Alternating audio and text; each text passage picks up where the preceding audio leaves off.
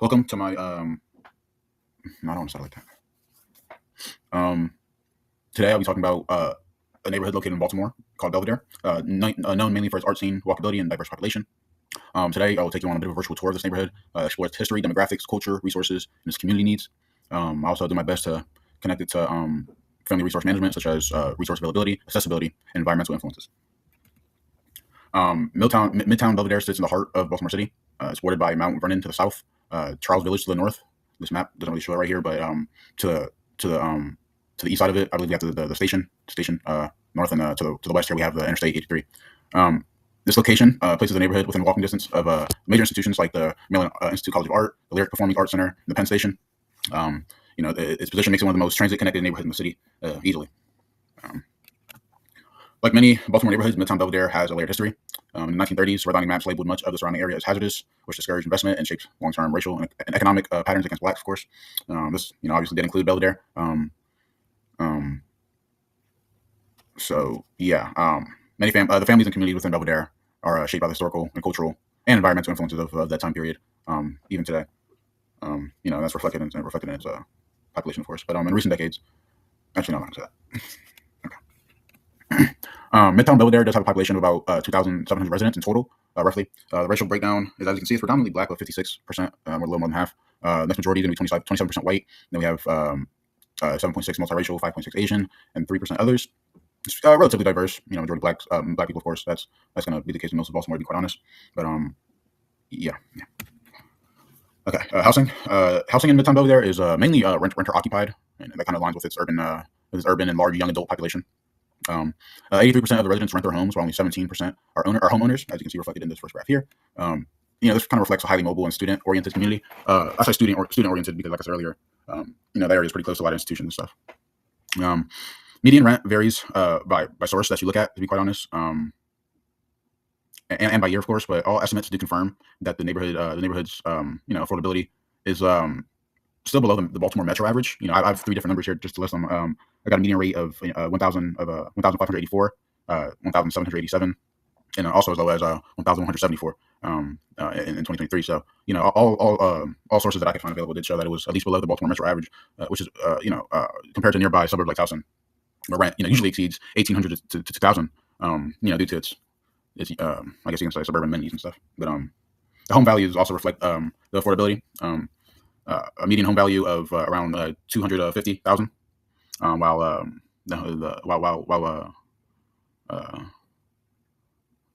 let's see here. I'm sorry. Okay, no, that's fair. Okay, yeah. Zillow's 2026 home value index placed the typical home value in Belvedere in the area is 150,000 roughly. And just compare that to nearby neighborhoods like Mount Vernon. The average you'll find there is like 240,000, or Bolton Hill. You go over there, it's like 450,000. That just goes to show how Midtown Belvedere is, a little more accessible. It has entry level housing options that appeals to a more student oriented population, or like early career professionals, or even a single person households. Yeah. I guess I'll have to go these pictures. Actually, before I go here, Midtown Belvedere's affordability supports, I'd say, human capital development. It allows residents, especially, like I said earlier, especially students and early career workers, to invest in education or skill building or just career advancement in general, rather than being, than having the financial burden of having a high priced, rent and housing cost. This enables, more so enables the population in the area to pursue degrees at, like, the MICA, or the arts and service, or any of those nearby institutions. They can pursue degrees there, or just take entry level jobs at those places while still maintaining stable housing. So yeah. So here we do have another graph. Reports the median household income in Midtown Belvedere, which is 52,000, which is a little lower, not a little lower, pretty significantly lower than Towson's median household, 88,000. This Midtown Belvedere does have a large population of young adults. I keep kind of bringing it up, but half of the residents, to be specific, 44.9% of the residents are ages 25 to 44. And another 34%, the next majority average, 34% are ages 18 to 24. Which aligns with the lower median incomes. The suburb of Towson, has in contrast has more established households, higher educational attainment, I guess, and more professional employment opportunities. And that of course raises median income. This this difference does, I feel like explains why Belvedere might attract a younger or more transient population, like more a more active population, younger, more in their prime population than neighborhoods surrounding, just because it aligns with the financial realities of early adulthood. Now median rent, I keep using Towson as a comparison just because it's close by, but it obviously does still remain more affordable. We got a 1,500 median rent compared to 1,900 median rent. You know, uh, House and median rent, typically ranges. It can even get up to more than 2,000% depending on the building and how close it is to institutions like Towson University. The closer you get to Towson University, the more it would the higher the price would be. Regardless, I just want to point out the fact that the median rent, for Belvedere is reflective of below the average, the metro average. For So yeah, the affordability is one of the biggest draws of Belvedere. The neighborhoods, lower rent, that, like I said, it obviously just attracts a younger, stronger population. And as you can see, it kind of reflects in the percentage of households that are in Midtown Belvedere. We got 75% single person households. It's cheaper, built for the active life, not for families and such. There's still a population of it. It's just a little lower, and that also does reflect in my next slide, the age distribution graph. The neighborhood, just has a very young demographic profile, or very prime, however you want to put it. That's a young. 34% are ages 18 to 24, with the highest percent of 37% being 25 to 44. But one thing that is striking a little bit is the 7% under 18. This this suggests that the neighborhood is more adult oriented. May not offer like child centered amenities at other suburban areas like Towson. More again, emphasizing the fact that it might not be the best place for like a family, a family household. Crime is a major concern for anybody moving into a Baltimore neighborhood. Of course, it's Baltimore, but the city, of course, has seen improvement. Infamously, according to the Baltimore Sun, recorded 133 homicides in 2025, the lowest total in decades. Crime is, of course, unevenly distributed across every city, but Midtown Belvedere tends to experience lower violent crime rates, likely due to how close it is to like the institutions, and also it's, how many people live there, how many students and stuff live there. It's just highly populated.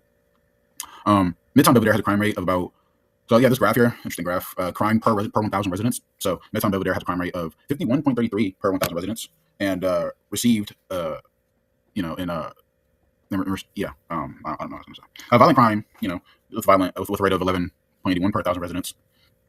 So yeah, these numbers kind of tell the story of what crime looks like in Belvedere. But crime is mainly concentrated in the southwest part of the neighborhood usually. So yeah, if any, yeah, okay. Schools. Of course, Belvedere is in Baltimore City, which is within its citywide choice system, like a school is. So there's no exact school that you would have to go to if you live in Belvedere. That's kind of one of the coolest parts about Baltimore. In total, though, Baltimore City just has plenty of schools. I believe about 150 total schools, lots of elementary schools. But some of the top schools are located. Some schools located within a short distance to Belvedere, and highly acclaimed are the Baltimore Polytechnic Institute and the Baltimore City College. Just these two bad boys right here. Very nice buildings, relatively. These are two of the highest ranked public high schools in Maryland.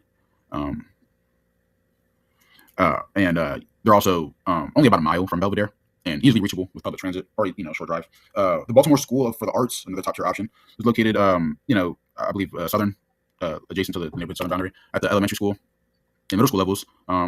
They have other options like Hampstead Hill Academy, I believe it's called, and Thomas Johnson Elementary / middle school. That's elementary / middle school. Also, those are also located within a few miles of the neighborhood. But Belvedere there's one zone school within Belvedere, or that Belvedere within, and that is Mount Royal Elementary Middle School. So but the citywide choice system does expand the choice of schools in the city of Baltimore. So yeah, that's a pretty strong option. Here we have, this is the school, Mount Royal Elementary, the one that you would have to go to if you lived in the Belvedere neighborhood, if you were in elementary middle school level. Another school that I personally do know of near Belvedere that many people in the area go to is Dunbar High School. I know them because of football. I don't know. Next, we have the economy. Belvedere's economy is shaped, of course, by its major institutions and the industry that's around it. This includes the University of Baltimore, the MICA, the Lyric Opera House, places like that. These places offer lots of employment in education, arts administration, and just student-serving businesses. Nearby hospitals also expand access to healthcare-related jobs. As you can see on this graph here, 75.6% of residents work in executive, management, or professional occupations. Reflecting the influence of these institutions. About 10% work in sales and service, and 11% in tech support roles. This shows a diverse but institution-dependent workforce. Like I mentioned earlier, the household income. I mentioned, I believe it was 52,000. Yeah, 52,000. That's slightly below, I believe, the Baltimore City's median, which is I believe 59,000. That just goes to show the economic stability despite the neighborhood's higher rent population. It just goes to show how much the institutions created a diverse but institution dependent like local labor market. So that's kind of how the economy went over there. For the cultural elements of Belvedere. Belvedere is very rich in arts and culture. Some landmarks I kind of already mentioned before, but the MICA, the Lyrics Performing Arts Center, the Symphony Hall, the Station North Arts District, the Enoch Pat Free Library. There's so many, a lot of cultural institutions. These places, they host festivals, concerts, exhibitions, just community events that bring people together all around. Quite often, might I add as well. I personally have visited most of these places, and they just they bring the community together very well. In terms of community resources, they offer lots of resources. Just in the neighborhood and nearby, they have public transportation. If we're being specific to Belvedere, the neighborhood, you have to be on the red line. So I did include this picture right here. As you can see here, Belvedere Square. So you can get on that bus and go anywhere along the red line, in Towson or Charleston or wherever. But then stop there. There's the Charm City Circulator as well, the Penn Station. It's pretty infamous. It has, of course, all these places take you to, are these like the bus and stuff, takes you to local street markets or like the Safeway. It's the Safeway in Charles Village. To go along with that, there's like healthcare resources like the Johns Hopkins Hospital nearby, UMMC, lots of parks, libraries, art spaces, and community centers like the Why Not Lot and like I already mentioned 4,000 times, the MICA program.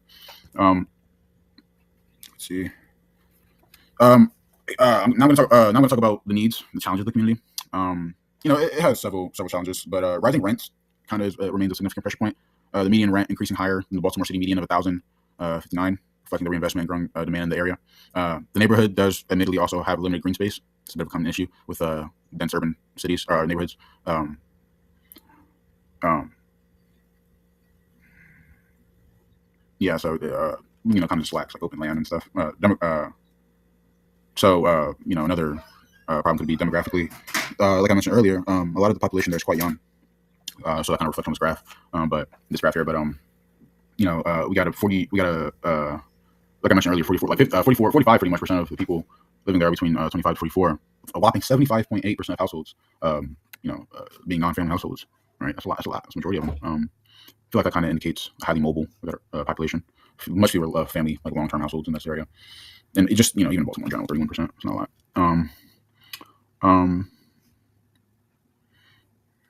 So this does also kind of suggest fewer stable, multi-income households, and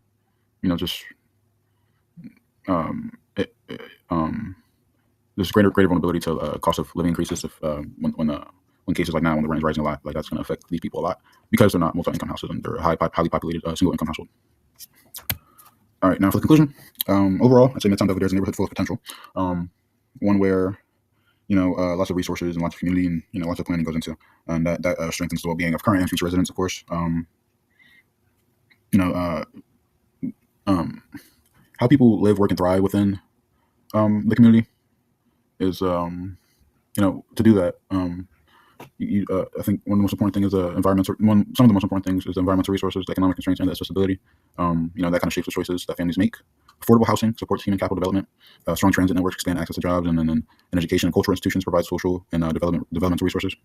But gaps in family supporting infrastructure and the scarcity of like stable multi-income households, that does highlight areas where community resources fall short of meeting certain residents' needs.